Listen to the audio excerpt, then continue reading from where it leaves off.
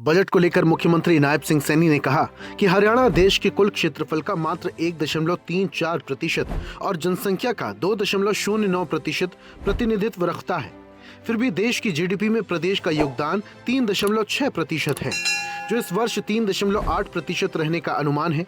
ये उपलब्धि राज्य की सुदृढ़ आर्थिक संरचना और उद्योग, कृषि और सेवा क्षेत्र में निरंतर प्रगति का प्रमाण है। हरित क्रांति में अग्रणी भूमिका निभाने वाले हरियाणा ने अपने कृषि वैज्ञानिकों और किसानों के प्रति बजट के माध्यम से कृतज्ञता प्रकट की। उन्होंने कहा, किसानों की मेहनत और नवाचार के कारण प्रदेश आज भी खाद्यान्न उत्पादन में अग्रणी राज्यों में शामिल है।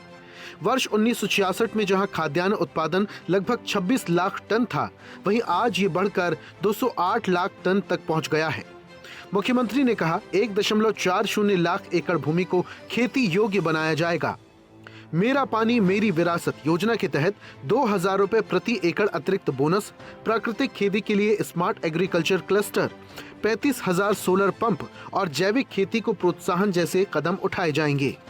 किसानों को और जल्दी कनेक्शन दिलवाने एवं भरोसेमंद और निर्बाध बिजली आपूर्ति के उद्देश्य से प्रदेश में हरियाणा एग्री डिस्कॉम के नाम से एक तीसरी बिजली वितरण कंपनी बनाने का मेरा प्रस्ताव है। यह प्रदेश के सभी 5,084 कृषि फीडरों तथा 7.12 लाख कृषि उपभोक्ताओं को सभी बिजली सेवाएं देगी। इससे हर खेत तक निर्बाध बिजली पहुंचेगी। नए ट्यूबवेल कनेक्शन देने से लेकर खराब ट्रांसफार्मर बदलने तक की सेवाओं में भारी तेजी आएगी। किसानों की आय बढ़ाने की दिशा में यह मील का पत्थर सिद्ध होगा।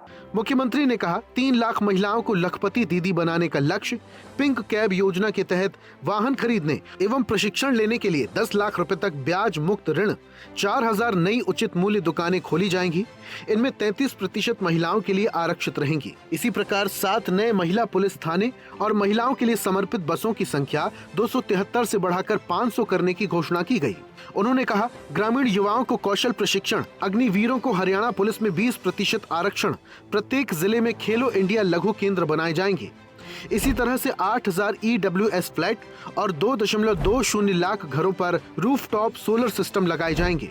उन्होंने कहा, फरीदाबाद जिला अस्पताल को 400 बिस्तर और सोनीपत और रेवाड़ी को 300 बिस्तर तक अपग्रेड किया जाएगा। 100 नए स्वास्थ्य उपकेंद्र, 18 डायलिसिस केंद्र और 70 एडवांस लाइफ सपोर्ट एम्बुलेंस खरीदी जाएंगी। Haryana green climate resilience fund की स्थापना का मेरा प्रस्ताव है। यह प्रदेश में शून्य उत्सर्जन वाहनों, नवीकरणीय जलवायु ऊर्जा दक्षता, जल संरक्षण, शहरी हरितकरण, जलवायु अनुकूल कृषि तथा प्रकृति आधारित समाधानों में निवेश को गति देगा। मुख्यमंत्री ने कहा कि प्रदेश की प्रति व्यक्ति आय बड़े राज्यों में सर्वाधिक लगभग 3,95,618 रुपए तक पहुंच चुकी है, जबकि वर्ष 1966 में ये केवल 608 रुपए थी। उस समय प्रदेश का निर्यात मात्र 4 करोड़ 50 लाख रुपए था, जो आज बढ़कर 2,75,000 करोड़ से ज्यादा हो गया है। ये परिवर्तन हरियाणा की औद्योगिक क्षमता और वैश्विक बाजार में उसकी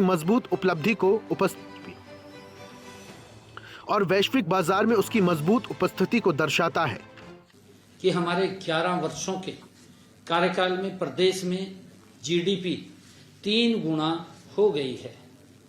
वर्ष 2014-15 में जीडीपी 4,37,145 करोड़ रुपए थी, जो 2025-26 में अनुमानित जीडीपी 13,67,769 करोड़ रुपए हुई है। मुझे खुशी है कि योजना विभाग की रिपोर्ट में अनुसार 2025-26 में राज्य की अर्थव्यवस्था की अनुमानित वृद्धि दर 9.5% है। इसी तरह प्रति व्यक्ति आय भी लगभग 3 गुना हो गई है। वर्ष 2014-15 में यह 1,47,382 रुपए थी।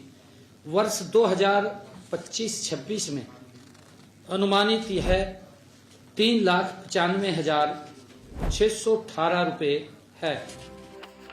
मुख्यमंत्री ने कहा कि वर्ष 1966 में जहां सड़क, बिजली और पानी जैसी मूलभूत सुविधाएं सीमित थीं, वहीं आज हर गांव पक्की सड़कों से जुड़ा है। गांव और ढाड़ियों तक बिजली की रोशनी पहुंच चुकी है और प्रत्येक घर में नल से जल उपलब्ध कराने की दिशा में व्यापक कार्य हुआ है। सिंचाई के लिए पर्याप्त नहरों और आधुनिक संसाधनों की उपलब्धता ने कृषि को नई गति दी है। हरियाणा डायरी।